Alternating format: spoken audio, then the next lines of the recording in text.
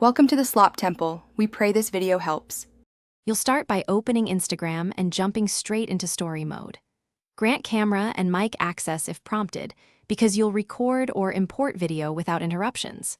Tap your profile avatar or the plus, then select story. Pick video to record or swipe up to select clips from your camera roll. Once you've chosen a clip, trim the start and end so the content is tight, and make sure orientation and framing are correct. This saves time when you add music and stickers in the next steps. Now add the soundtrack. Tap the sticker icon and choose music, because Instagram's music library lets you pick licensed tracks quickly.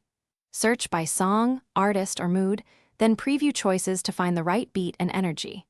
Once selected, drag the audio timeline to the exact start point you want, and use the slider to pick the segment length so vocals or beats hit where you intend.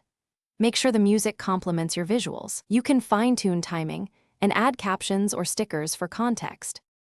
Finish by previewing the story from start to finish. Listen for balance between the video's native audio and the music track, and lower or mute original sound as needed. When satisfied, tap Send to, select your story or close friends, and post.